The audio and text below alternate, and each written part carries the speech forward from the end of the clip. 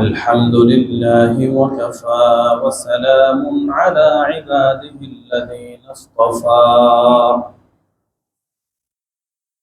أما بعد فقد قال الله تعالى في كلامه المجيد وفي فرقانه الحميد. أعوذ بالله من الشيطان الرجيم. بسم الله الرحمن الرحيم. وهو الذي يتوفاكم بالليل ويعلم ما جرحتم بالنهار ثم يبعثكم فيه ليقضى أجل مسمى. وقال النبي عليه الصلاة والسلام: أفضل الصيام بعد شهر رمضان صيام شهر الله المحرم. وقال عليه الصلاة والسلام: صيام يوم عاشوراء أحتسب على الله أن يكفر السنة التي قبله، أو كما قال النبي عليه الصلاة والسلام. صدق الله العظيم وصدق رسوله النبي الكريم، ونحن على ذلك من الشاهدين والشاكرين، والحمد لله رب العالمين.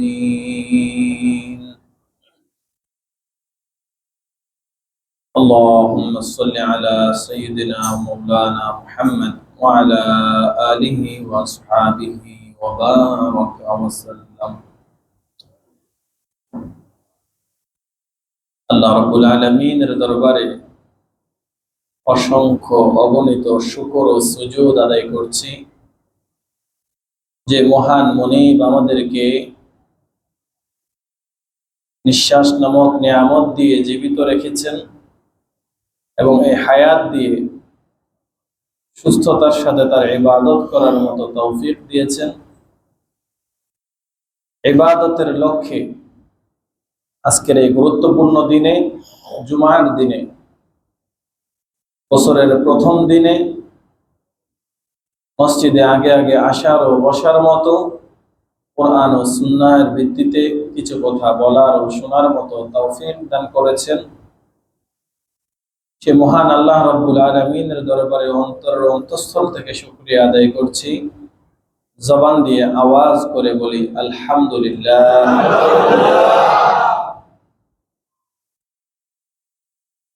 আরবি বছর অনুযায়ী আজকে 1447 হিজরি শুরু হয়েছে, যেটা আমাদের অনেকেরই জানা নেই। আমরা জানি 2025 চলতেছে, বাস এটাই। 2025 চলতেছে, জুন মাস চলতেছে, কত তারিখ চলতেছে, কি বার চলতেছে, এগুলো আমরা মোটামুটি ভালোভাবে জানি। যে একদম অফিসিয়াল কোনো কাজকর্মের সাথে জড়িত না, সেও টুকটাক তারিখটা না বলতে পারলেও মাস আর কত সাল চলতেছে এটা ভালোভাবে বলতে পারি। কিন্তু যারা আমরা মূলত ইবাদতের সাথে সম্পৃক্ত আছি, টুকটাক মাসের রোজাগুলো রাখি, সাপ্তাহিক রোজাগুলো রাখি, তারাও আমরা অনেকে জানি না আরবির কোন মাস চলে আর কোন বছর চলে। আমরা একটা মাস শুধু ভালোভাবে বলতে পারি, সেটা হচ্ছে রমজান মাস। সেটা আমাদের অনিচ্ছা সত্ত্বেও জানা রাখা লাগে, কারণ যারা রোজা রাখে তারা রোজার জন্য জানতে হয়, আর যারা রোজা রাখে না তারা যে রোজা রাখা যাবে না এটার জন্য হইলেও জানতে হয়।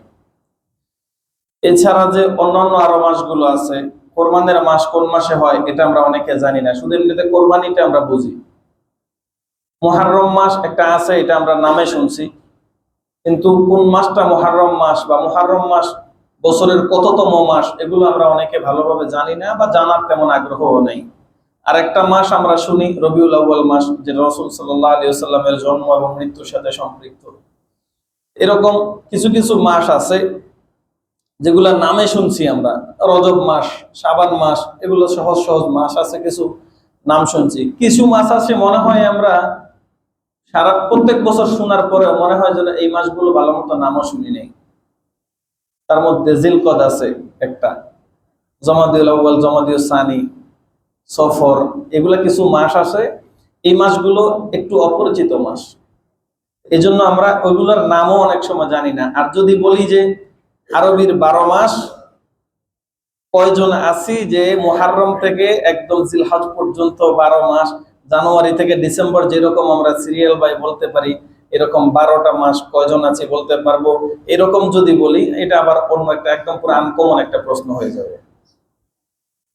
আর আরবিতে যে সপ্তাহের 7টা দিনের যে আরবি নাম আছে, যেরকম আমরা বাংলাতে জানি শনি রবি সোম মঙ্গল, আবার ইংলিশেও মোটামুটি অনেকে জানি স্যাটারডে সানডে মানডে, কিন্তু আরবিতে যে দিন আরবি নামে আছে হয়তোবা এটাও আমরা মনে হয় অনেকে জানি না।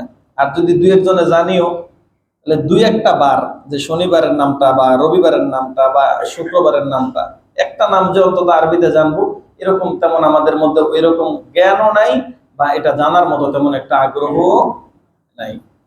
অথচ আমরা যেগুলো গণনা করতেছি হয়তোবা মনে করতে পারি যে ইংরেজি তারিখ মনে হয় ইংরেজি, এটা মনে হয় একটা ভাষার সাথে সম্পর্ক। না, ইংরেজি তারিখটা মূলত ভাষার সাথে সম্পর্ক না, এটা ধর্মের সাথে সম্পর্ক। খ্রিস্টীয় ধর্মের এটা একটা ক্যালেন্ডার।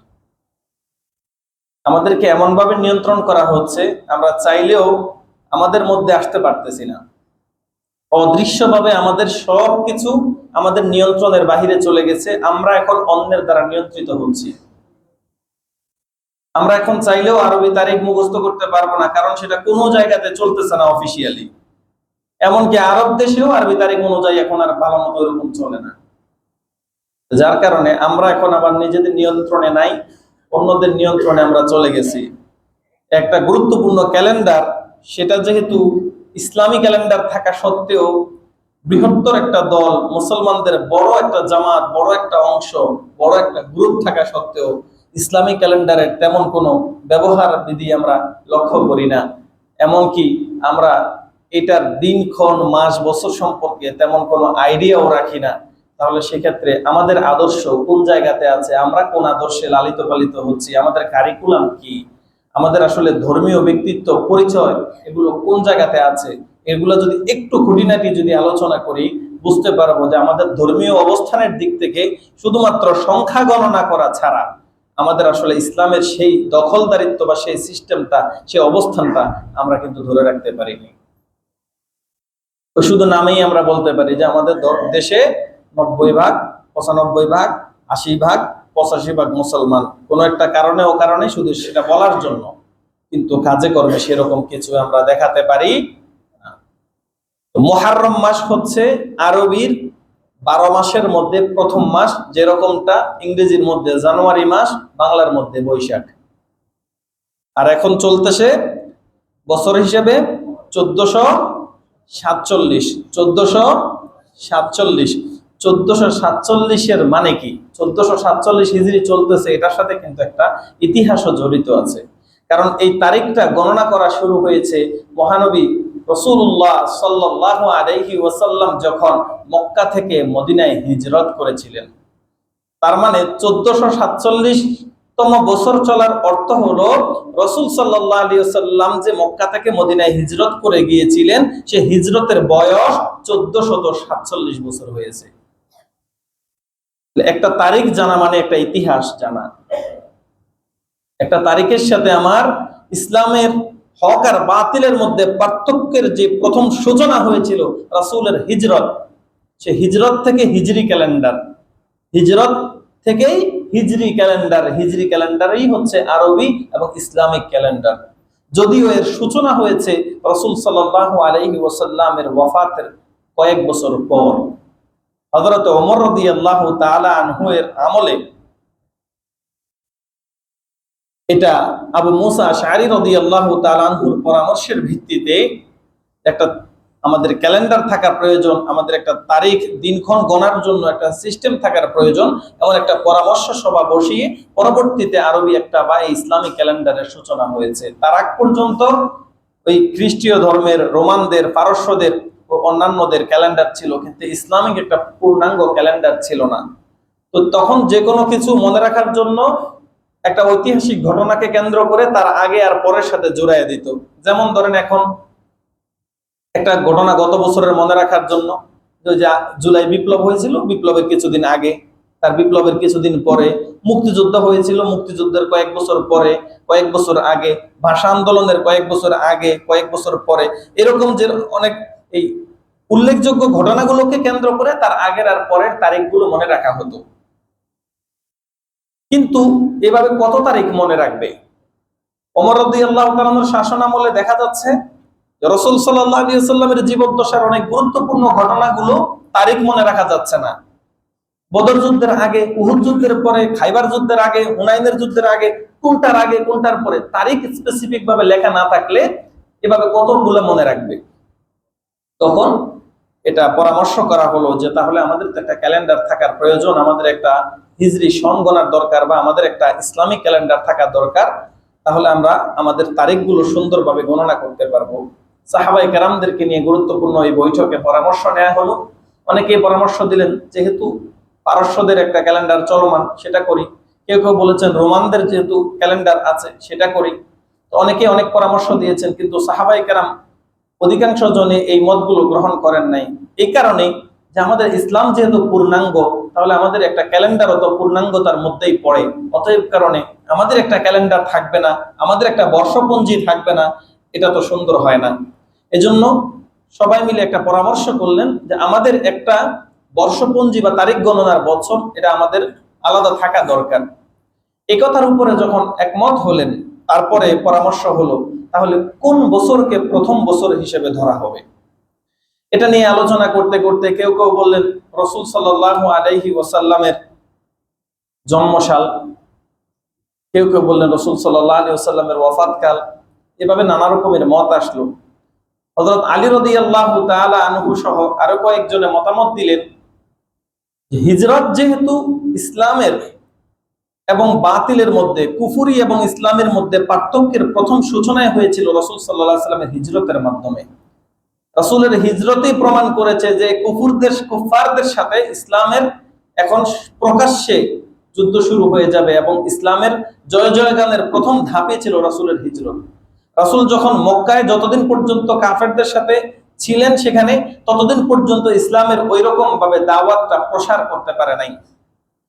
যখন থেকেই ভালোভাবে বাধা আসা শুরু হয়ে গেছে, বাধা আসার পরেই কিন্তু রাসূল সাল্লাল্লাহু আলাইহি সাল্লাম আল্লাহ রাব্বুল আলামিনের নির্দেশে মক্কা থেকে মদিনায় গিয়েছেন। সুতরাং এই হিজরত বা এই নিজের দেশ থেকে ত্যাগ করে অন্য দেশে যাওয়া, অন্যত্র যাওয়া, এটাই প্রমাণ করে যে কাফেরেরা ইসলাম শক্তিকে সহ্য করতে পারে নাই। এর প্রথম সূচনাই হয়েছে হিজরতের মাধ্যমে। এই জন্য সাহাবায়ে কেরাম মতামত দিলেন তাহলে আমরা রাসূল সাল্লাল্লাহু আলাইহি ওয়াসাল্লামের হিজরত এবং ইসলামের জয় জয়গানের প্রথম ধাপ যেটা, এই হিজরত দিয়েই আমরা শুরু করি, আমাদের হিজরি সাল হিসেবে গণবো। তাহলে আমাদের হিজরতের প্রথম বছর যেটা, রাসূল সাল্লাল্লাহু আলাইহি ওয়াসাল্লাম যে বছর হিজরত করেছেন ওই বছরই হবে আমাদের হিজরি সালের প্রথম বছর। তাহলে হিজরি সালের প্রথম বছর যদি হয়, মাস হিসেবে 12 মাসের মধ্যে কোন মাসটাকে প্রথম মাস ধরা হবে? কেউ কেউ মতামত দিলেন রবিউল আউয়াল মাস হতে পারে, কারণ রবিউল আউয়াল মাসে রাসূল সাল্লাল্লাহু আলাইহি ওয়াসাল্লাম হিজরত করেছেন এবং এই মাসে রাসূল সাল্লাল্লাহু আলাইহি ওয়াসাল্লামের আগমন। তো আবার কেউ কেউ মতামত দিয়েছেন রমজান মাসটা হলে ভালো হয়, যেহেতু রমজান মাসেই আল্লাহ রাব্বুল আলামিন কোরআন নাজিল করেছেন এবং এই মাসটা অত্যন্ত বরকতময়। এইভাবে কেউ কেউ বিভিন্ন মাসের মতামত দিয়েছেন, কিন্তু পরবর্তীতে জোরালোভাবে মতামত দেয়া হলো যে মুহররম মাস যেহেতু আল্লাহ রাব্বুল আলামিন কর্তৃক নির্ধারিত 4টি সম্মানিত মাসের মধ্যে অন্যতম একটি মাস হলো মুহররম, এবং এই মাসের মধ্যে অনেক গুরুত্বপূর্ণ ঘটনা ঘটেছে। অতএব কারণে মুহররমকে বছরের প্রথম মাস হিসেবে নির্ধারণ করা হোক। সেই সুবাদে রবিউল আউয়াল থেকে 2টা মাস আরো এগিয়ে মুহররম মাসকে বছরের প্রথম ধরা হলো, এবং সাথে সাথে যুক্তি হিসেবে এটাও বলা হলো যে বছরের শেষ ইবাদত হজ। হজ করার পরে মানুষ সাধারণত মুহররম মাসেই যার যার দেশে ফিরে আসে। অতএব কারণে বছরের শেষ ইবাদতটা হজ করার পরে দেশে আসার পর থেকে নতুন করে মাস সূচনা হোক।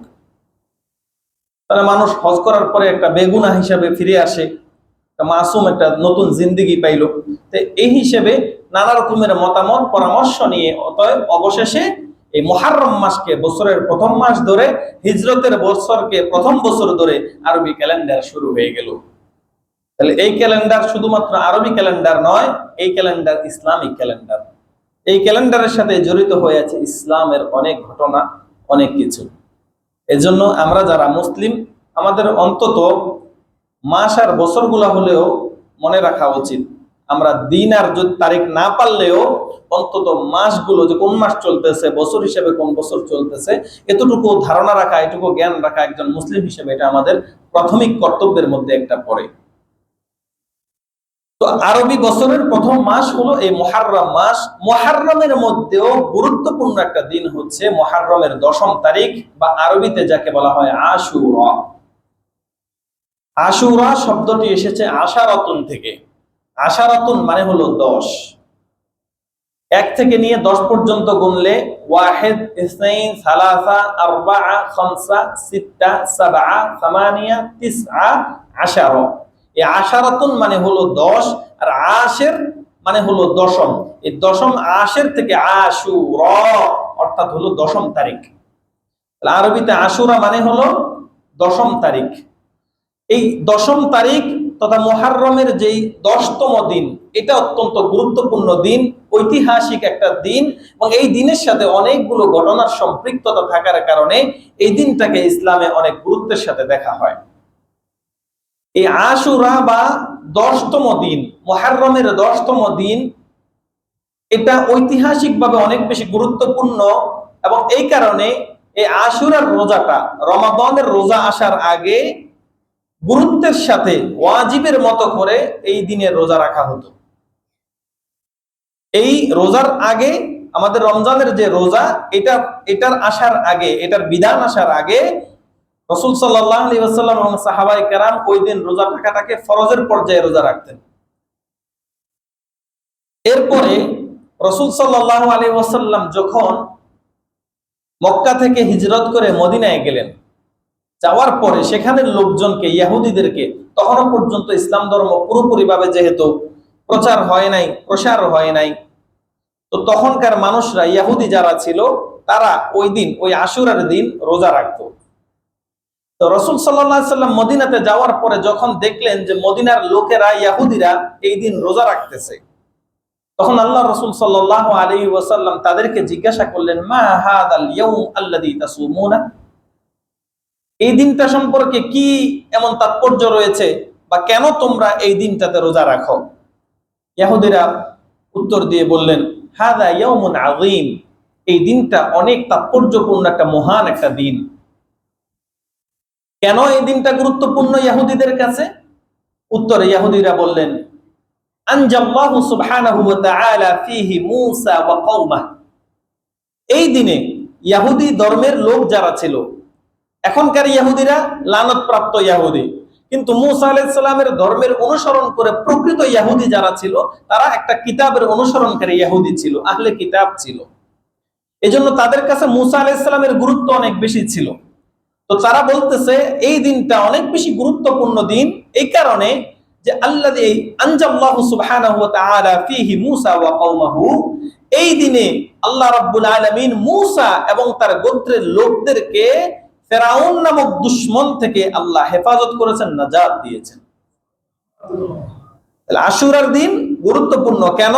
এই দিন মূসা আলাইহিস সালামকে আল্লাহ তাআলা মুক্তি দিয়েছিলেন দুশমন বাহিনী, শত্রু বাহিনী ফেরাউন থেকে, এবং ওয়াগাররাকা ফিরআউনা ওয়া কওমাহু, ওই একই দিনে আল্লাহ রাব্বুল আলামিন মূসাকে যে রকম ভাবে নাজাত দিয়েছেন, মুক্তি দিয়েছেন, মূসা আলাইহিস সালামের দুশমন ফিরাউনকে পানিতে ডুবিয়ে এবং তার গোত্রের লোকদেরকে পানিতে ডুবিয়ে মেরেছেন।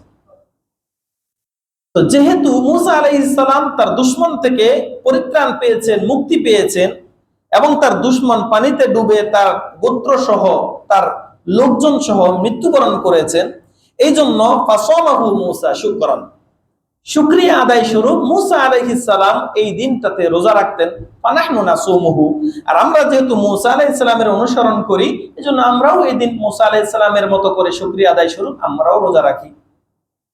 এটা কারা বলতেছে?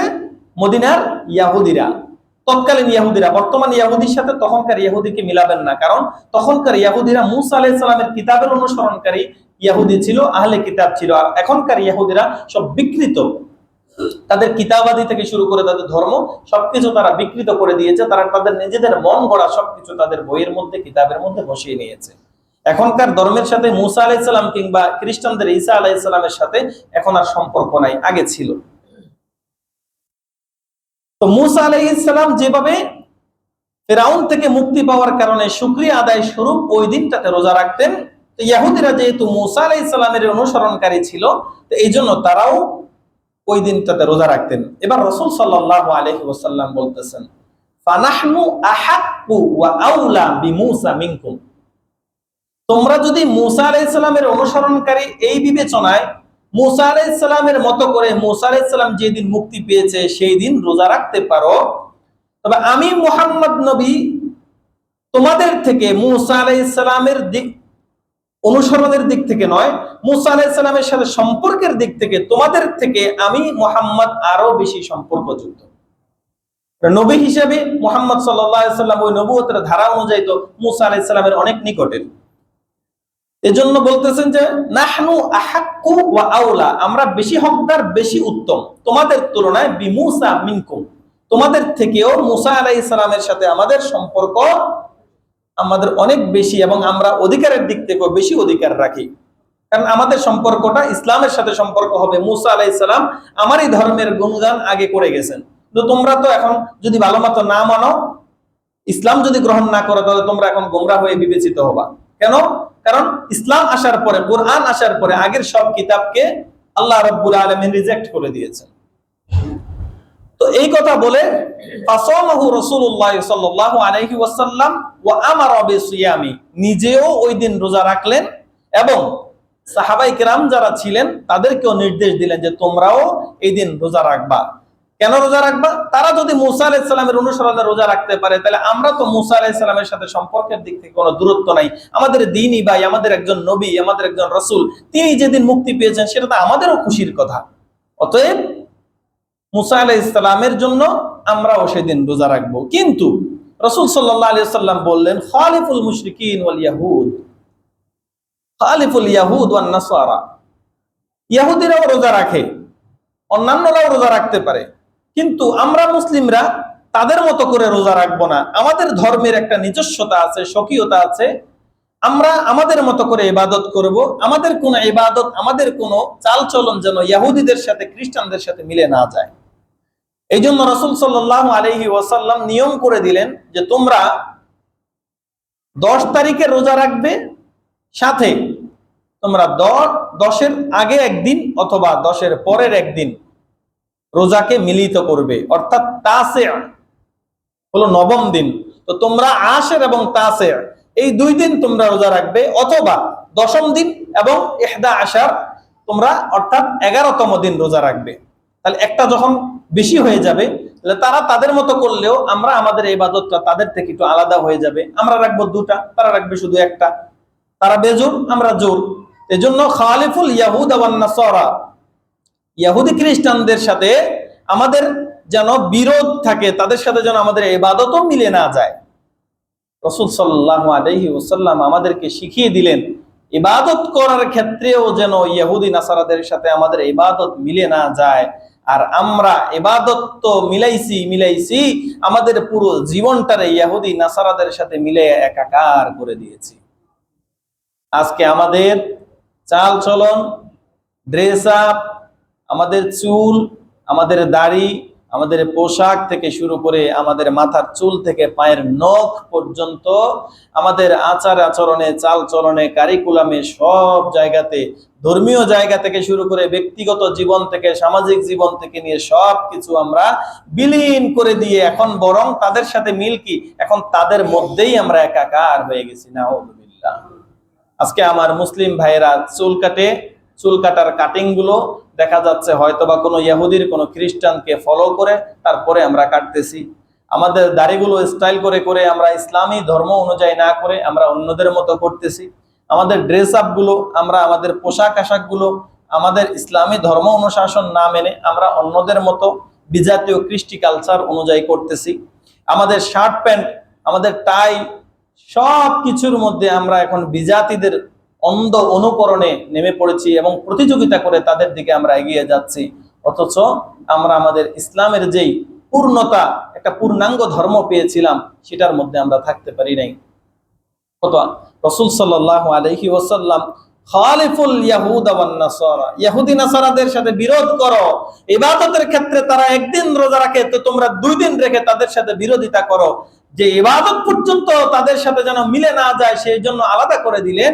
আর সেই আমরা আমাদের জীবনের সব কিছু তাদের মতো করে ফেললাম। আজকে আমাদের নখ কাটা পর্যন্ত, নখগুলো পর্যন্ত ইহুদি খ্রিস্টানদের মতো আমরা অনুসরণ করে বড় বড় করে খামচি দেওয়ার মতো করে রাখি। আমাদের চুলগুলো, আমাদের রাসূল সাল্লাল্লাহু আলাইহি ওয়াসাল্লাম 3 ভাবে চুল রাখার নিয়ম করে দিলেন, কিন্তু আমরা 3 ভাবের কোনোভাবেই রাখি না। আমরা ভিন্ন একটা নিয়ম করে আমরা অন্যদের অনুসরণ করে তারপরে সেভাবে চুল রাখি। আমাদের পোশাক আশাক গুলোর মধ্যে রাসূল সাল্লাল্লাহু আলাইহি ওয়াসাল্লাম সুন্নত কিভাবে, সেটা আমরা অনেকে জানিও না, জানতে চাইও না। আমরা আমাদের মতো করে শার্ট প্যান্ট গুলোকে পরতেছি, টাই পরতেছি, সবকিছুই বিজাতিদের অনুকরণে হচ্ছে। এটা আমাদের জন্য বড় পরিতাপের বিষয়, এটা আমাদের জন্য বড় লজ্জার বিষয় যে আমরা ইসলাম ধর্ম পেয়েছি, যে ধর্মের ব্যাপারে আল্লাহ তাআলা বলেছেন আল ইয়াউম আকমালতু লাকুম দীনাকুম, হে রাসূল আপনার জন্য আমি ইসলামকে আজকে পূর্ণাঙ্গ করে দিলাম। একটা ধর্মের ব্যাপারে, একটা দ্বীনের ব্যাপারে যে আল্লাহ রাব্বুল আলামিন সার্টিফিকেট দিলেন যে এই দিন একটা পূর্ণাঙ্গ দিন। Islam is the complete code of life, একটা জীবন, পূর্ণাঙ্গ একটা জীবন ব্যবস্থা যে ইসলামের মধ্যে রয়েছে, সেই ইসলামের মধ্য থেকে আমরা বের হয়ে অন্য কোনো জায়গাতে সুখ খুঁজতেছি, সাফল্য খুঁজতেছি, মুক্তি খুঁজতেছি। কিভাবে মিলবে সুখ, সাফল্য, মুক্তি? কোন পথে আসবে? যেই পথে স্বয়ং আল্লাহ আমাদেরকে বাতায়া দিলেন, আমরা সেই পথের মধ্যে নাই। এই জন্য আমাদের উচিত হবে মুসলিম পরিচয় বহন করার পর থেকে ইসলামের অনুশাসনগুলো ন্যূনতম মেনে চলার চেষ্টা করা। তাহলে এই মুহররম মাসের যে আশুরা বা এই 10ম দিন আছে, এই দিনের রোজাটা অত্যন্ত গুরুত্বপূর্ণ এবং ঐতিহাসিকভাবে এটার একটা ইতিহাসের সাথে সম্পর্কিত, যার কারণে রাসূল সাল্লাল্লাহু আলাইহি সাল্লাম নিজে রোজা রাখলেন এবং অন্যদেরকে ওই দিন রোজা রাখতে বললেন। এবং এই দিনের সাথে আগের একদিন এবং অথবা পরের একদিন মিলিয়ে 2টা রোজা রাখতে অন্তত রাসূল সাল্লাল্লাহু আলাইহি ওয়াসাল্লাম বলে দিলেন। যে রোজাটা রাখা রমজান এর রোজা ফরজ হওয়ার আগে ফরজের পর্যায়ে ছিল, পরবর্তীতে যখন রমজানের রোজা ফরজ হয়ে গেল তখন এই রোজাটাকে রাসূল সাল্লাল্লাহু আলাইহি ওয়াসাল্লাম বলে দিলেন এটা ঐচ্ছিক, যে ইচ্ছে মান শাআ ফাসামাহু ওয়া মান শাআ ফাতারাকাহু, যে চায় সে এই দিন রোজা রাখতে পারে, যে চায় সে রোজা ছাড়তে পারে। এই দিনের রোজা রাখাটাকে বাধ্যতামূলক করে নাই, কিন্তু যেহেতু এই রোজাটা রোজার মাসের রোজা আসার আগে ফরজের পর্যায়ে ছিল, তার মানে অবশ্যই এই রোজাটা অনেক বেশি ফজিলতময় ছিল।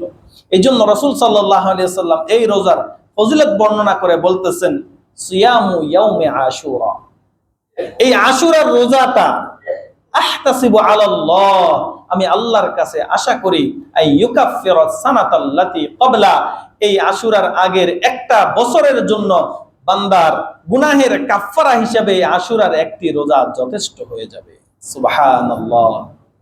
আশুরার একটি রোজা বান্দার জীবনের অতীতের একটা বছরের গুনাহ মাফের জন্য যথেষ্ট হয়ে যাবে।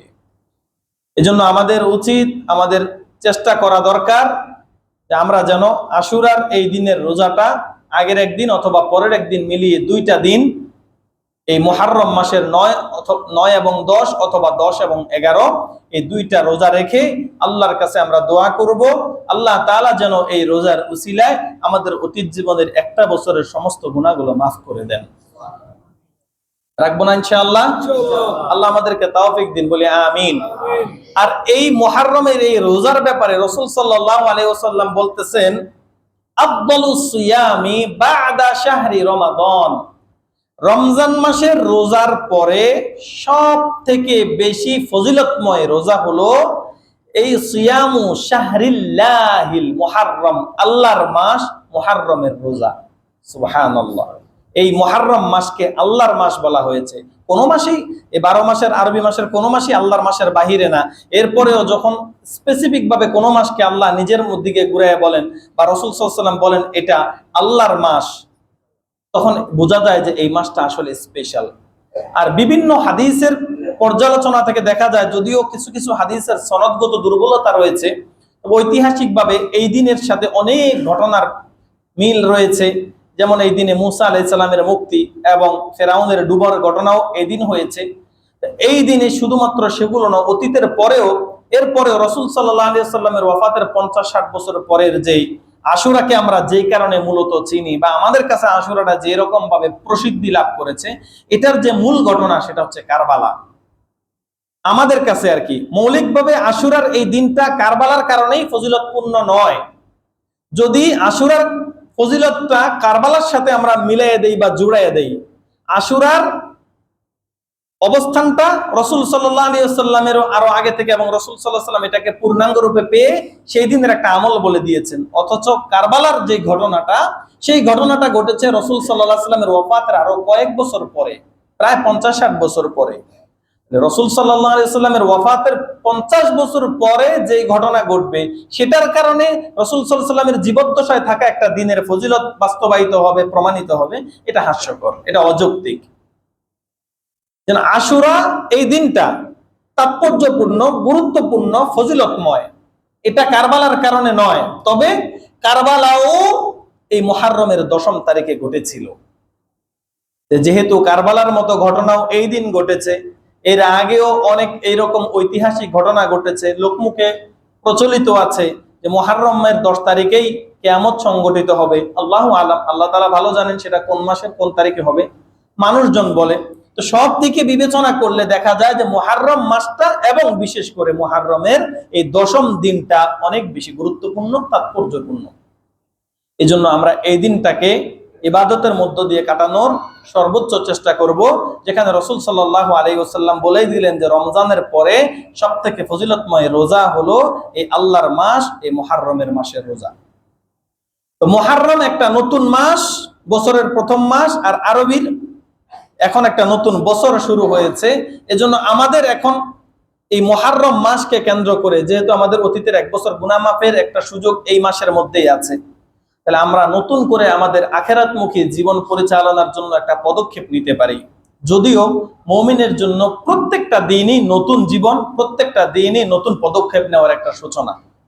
কারণ আল্লাহ রাব্বুল আলামিন বলেন, وَهُوَ الَّذِي يَتَوَفَّاكُم بِاللَّيْلِ وَيَعْلَمُ مَا جَرَحْتُم بِالنَّهَارِ ثُمَّ يَبْعَثُكُم فِيهِ لِيُقْضَى أَجَلٌ مُّسَمًّى وَهُوَ الَّذِي يَتَوَفَّاكُم بِاللَّيْلِ, ওই আল্লাহ রাব্বুল আলামিন যিনি তোমাদেরকে প্রত্যেক রাতে মৃত্যুদান করেন। আমরা যখন রাত্রিবেলা ঘুমাতে যাই, এই ঘুমটাকে আল্লাহ রাব্বুল আলামিন মৃত্যুর সাথে তুলনা করেছেন। হুয়াল্লাযী ইয়াতাওয়াফফাকুম বিল্লাইল, ওই আল্লাহ যিনি তোমাদেরকে প্রতি রাতে মৃত্যু প্রদান করেন। এই জন্য আমরা যখন ঘুমাতে যাই, রাসূল সাল্লাল্লাহু আলাইহি ওয়াসাল্লাম আমাদেরকে দোয়া করতে শিখিয়ে দিলেন। বলেন, আল্লাহুম্মা বিসমিকা আমুতু ওয়া আহইয়া। এই দোয়া বলে তোমরা ঘুমাও। ও আল্লাহ, আপনার নামেই আমাদের মৃত্যু হবে, আপনার নামেই যেন আমাদের জীবন হয়, আমাদের হায়াত, আমাদের মৌত সবকিছু যেন আল্লাহ আপনার নামেই হয়। এই জন্য আল্লাহর রাসূল শিখিয়ে দিলেন, আল্লাহুম্মা বিসমিকা আমুতু ওয়া আহইয়া। ঘুমের এই দোয়াটা আপনারা পারেন? যদি আরবি নাও পারেন অন্তত ঘুমানোর আগে যে আল্লাহ ঘুমাইতেছি, আমার এই ঘুম থেকে জাগ্রত হওয়া যেন আপনার নামে হয়, এটুকু বলে অন্তত আমরা ঘুমাবো। যেন অন্তত আরবি না পারি, বাংলা অর্থটা যেন দিলের ভিতরে বসাই যে আমার ঘুমের দেওয়ার মালিকও আল্লাহ, আর এই ঘুম নামক মৃত্যু থেকে জীবন দেওয়ার মালিকও আল্লাহ। এজন্য ঘুমানোর সময় সুন্নত হিসেবে আল্লাহ রাসূল দোয়া শিখাই দিলেন, আল্লাহুম্মা বিসমিকা, হে আল্লাহ আপনার নামের সাথে, ইসম মানে হলো নাম, কা মানে আপনি, বি মানে সাথে, বিসমিকা মানে আপনার নামের সাথে, আমুতু আমি মৃত্যুবরণ করি, ওয়া আহইয়া আমি জীবন পাই, আপনার নামেই আমি জীবন পাই, আপনার নামেই আমি মৃত্যুবরণ করি। এটা বলে ঘুমাও, কারণ এটাই হতে পারে তোমার জীবনের শেষ ঘুম, এটাই হতে পারে তোমার মৃত্যু। এজন্য আল্লাহ বললেন, ওয়া হুয়াল্লাযী ইয়াতাওয়াফফাকুম বিল-লাইল, ওই আল্লাহ যিনি তোমাদেরকে প্রত্যেক রাতে মৃত্যু প্রদান করেন, ওয়া ইয়ালামু মা জারাহতুম বিন-নাহার, ওই আল্লাহ ভালোভাবেই জানেন দিনের বেলা, দিনের আলোতে তোমরা কি কি কাজ করো আর করবা। রাত্রে বেলা তোমাদেরকে মৃত্যু দেন, এরপরে যিনি জাগ্রত করবেন তিনি কিন্তু জাগ্রত করার পরে সারাটা দিন তুমি কোন ধরনের কাজ করো বা করবা সবকিছু তিনি জানেন। ওয়াহুয়াল্লাযী ইয়াতাওয়াফফাকুম বিল-লাইলি ওয়া ইয়ালামু মা জারাহতুম বিন-নাহার, তোমরা দিনের বেলা কি কি কাজ করো না করো সবই আল্লাহ তাআলা জানেন। এরপরেও তোমাদেরকে সুম্মা ইয়াবআসুকুম ফি, দিনের বেলা আবারও আল্লাহ তাআলা জাগ্রত করে দেন, জীবন দান করে দেন। আল্লাহ জানে যে দিনের বেলা তুমি গুনাহ করবা, আল্লাহ জানে তুমি যে শয়তানের ধোকায় পড়বা, তুমি জুলুম করবা, অন্যায় করবা, অবিচার করবা, নানা রকমের যে পাপাচার, অবিচার, অন্যায়, অবিচার যা আছে সব যে তুমি করো বা করবা, এটা ধারাবাহিকভাবে যে তুমি কতদিন পর্যন্ত করবা, করতে পারো, এই সব কিছু আল্লাহর ইলমে আছেন। আল্লাহ যদি চান তো ওই ঘুমের মধ্যে তোমার জীবনের ইতি টেনে দিতে পারেন, কিন্তু এরপরেও আল্লাহ তাআলা গুনাহ করবা জেনেও তোমাকে আরো কিছু সুযোগ দিচ্ছেন, আরো সুযোগ দিচ্ছেন যে বান্দা গুনাহ করতে করতে কবে জানি একটু অলস হয়ে একটু যেন থেমে যায়, যে একটু থমকে যায়, না আর গুনাহ করা যাবে না, একটু ফিরে আসি, এই কথা ভেবে না জানে কবে আল্লাহর রহমতের দুয়ারে ছায়াতলে চলে আসে। এজন্য আল্লাহ তাআলা প্রত্যেক রাতে মৃত্যু দেওয়ার পরে আবারও তাকে এই জাগ্রত নামক জীবন আবার দান করে দেন। কতদিন দেখবেন, লিয়ুকদা আজালুম মুসাম্মা, একটা নির্দিষ্ট সময় পর্যন্ত আল্লাহ তাআলা এটা দেখবেন যেন তোমার যে মেয়াদ আছে মেয়াদটার যেন পূর্ণতা পায়। যখন মেয়াদ শেষ হয়ে যাবে, ওই নির্ধারিত মুহূর্তটা চলে আসবে, এরপরে ওই ঘুম নামক মৃত্যু থেকে জাগ্রত হওয়ার আর কোনো সুযোগ থাকবে না। এজন্য আল্লাহ তাআলা বললেন যে হুয়াল্লাযী ইয়াতাওয়াফফাকুম বিল-লাইল, ওই আল্লাহ তিনি তোমাদেরকে প্রতি রাতে মৃত্যু দান করেন, এরপরে আবার ইয়াবআসুকুম ফীহি, ওই দিনের মধ্যে গুনাহ করবা জানার পরেও আল্লাহ আবার তোমাদেরকে জাগ্রত করে দেন। এজন্য আল্লাহ রাসূল সাল্লাল্লাহু আলাইহি ওয়াসাল্লাম শিখিয়ে দিলেন, রাত্রে তো ঘুমের সময় তুমি দোয়া বলে ঘুমাইছো যে আল্লাহ আপনার নামেই আমার ঘুম, আপনার নামেই আমার জাগ্রত হওয়া, আপনার নামেই আমার মৃত্যু, আপনার নামেই আমার হায়াত, যে আপনার নামে আমার মৃত্যুবরণ করেছিলাম ঘুমের মধ্যে, সেই ঘুম নামক মৃত্যু থেকে যে আপনি আমাকে আবার জীবন দান করেছেন, এজন্য আপনার দরবারে শুকরিয়া। এজন্য আল্লাহ রাসূল দোয়া শিখিয়ে দিলেন, আলহামদুলিল্লাহ, আল্লাহর প্রশংসা। কোন আল্লাহর? আল্লাযী আহইয়ানা, যিনি আমাদেরকে জীবন দান করেছেন, কি থেকে? বাদা মা আমাতানা, এই মৃত্যুর থেকে, এই ঘুম নামক মৃত্যু থেকে যে আল্লাহ আমাদেরকে আবার জীবন দান করেছেন, ওই আল্লাহর জন্য শুকরিয়া। আলহামদুলিল্লাহ আল্লাযী আহইয়ানা বাদা মা আমাতানা ওয়া ইলাইহিন নুশুর, এবং শুকরিয়া এবং হামদ ওই আল্লাহর, প্রশংসা ওই আল্লাহর যিনি মৃত্যু দেওয়ার পরে আমাদেরকে জীবন দিয়েছেন এবং অবশেষে যার কাছেই আমাদেরকে ফেরত যেতে হবে, প্রত্যাবর্তন তার কাছেই আমাদেরকে করতে হবে, তার কাছেই ফিরে যেতে হবে। তাহলে জীবন দেওয়ার মালিকও যিনি, মৃত্যু দেওয়ার মালিকও তিনি, এই ঘুম নামক যে মৃত্যু যিনি দেন, তারপরে আবার এই জাগ্রত নামক জীবনও তিনি আবার দান করেন। এই সবকিছুর পরেও একটা সার্কেল শেষ হওয়ার পরে, একটা মেয়াদ শেষ হওয়ার পরে অবশেষে এরপরে একটা দিন আসবে এমন, যেদিন ঘুমের পরে আর আলহামদুলিল্লাহিল্লাযী আহইয়ানা বলার মতো ভাগ্য তৌফিক আমাদের আর জুটবে না। সেদিন ইলাইহিন নুশুর, আল্লাহর দিকে আমাদেরকে চলে যেতে হবে। সেদিন আমাদেরকে পুনরুত্থান করা হবে, তারপরে আমাদেরকে প্রশ্ন করা হবে, এই যে এতটা দিন তোমাদেরকে আমি ঘুম নামক নেয়ামত দিলাম, ঘুমের আনন্দ ভোগ করেছো, ঘুম থেকে জাগ্রত হওয়ার আনন্দ সেটাও তোমরা ভোগ করেছো। এই যে দিনকে দিন, সপ্তাহকে সপ্তাহ, মাসকে মাস, বছরকে বছর, তোমার একটা জীবন পুরাটা চলে গেল। এই পুরোটো জীবনের মধ্যে আমি যে তোমার এতদিন এত ঘুম নামক মৃত্যু দিয়া আবার যে হায়াত নামক জিন্দেগি দিলাম, তুমি আমার জন্য কি করলা? আমার দিকে ফিরে এসে কখনো কি তুমি তওবা করেছো? আমাকে ডেকেছো, আমার উপরে ভরসা করেছো? শয়তানের ধোকায় পড়ে তুমি কি কখনো লজ্জিত হয়ে আমার কাছে তওবার জন্য হাত তুলেছো? তুমি কি করেছো? আমার রাসূলের আদর্শকে তুমি গ্রহণ করেছো? এভাবে যখন একে একে প্রশ্ন করা হবে, ওই উত্তরগুলো না দিতে পারলে জীবন বড় কঠিন হয়ে যাবে। এক পা সামনের দিকে আগানোর সুযোগ থাকবে। এখন আপনি আর আমি মনে করতেছি ঘুমাইছি, অ্যালার্ম দিলে মনে হয় উঠে যাওয়া সম্ভব। পাশের জনের বইলা রাখি যে ভাই একটু সময় হলে ডাক দিয়ে দিয়েন। পাশের জনে ডাক দিবে কি ভাই? পাশের জনের হায়াত শেষ হয়ে কতজন আছে ঘরের মধ্যে দরজা লাগাইয়া যে ঘুমাইছে, এরপরে ওই একই ঘুমের মধ্যে 2 দিন 3 দিন পরে লাশ পচা গন্ধ বাইর হয়েছে, এলাকার মানুষ গিয়া সেই লাশ উদ্ধার করছে, ওই লোক আর নিজ থেকে ঘুম থেকে উঠতে পারে নাই। এরকম হচ্ছে না? হয় না? আমার আর আপনার হায়াতের গ্যারান্টি চোখ বন্ধ হওয়ার চোখ খোলা পর্যন্তই। একবার চোখ বন্ধ হয়ে যদি আর না খুলে আপনার আর আমার আর বাহাদুরি কোনো কিছুই থাকবে না। আপনি আর আমি যে রিজিকের পিছনে দৌড়াইতেছি, ওই রিজিকের মালিক রাজ্জাককে খুশি না করে যেভাবে রিজিকের পিছনে দৌড়াইতেছি, একবার যদি তিনি রাগান্বিত হয়ে, একবার যদি তিনি কষ্ট পেয়ে আমার আর আপনার রিজিকের দরজাটা বন্ধ করে দেয়, তো ডিউটির জন্য ভিতরে ঢোকা লাগবে না, গেটের কাছে গেলেই মাথায় চক্কর দিয়ে ঘুরে পড়ে গিয়ে আবার ফিরে আসতে হবে। আপনার আমার আজকে শক্তি আছে, আমি পেডেল মেরে মেরে টাকা কামাইতে পারতেছি, যে কোনো ভারী কাজ আমি নিয়ে নিতেছি, কন্ট্রাক্ট করে ফেলতেছি, আমি পারবো সবকিছু।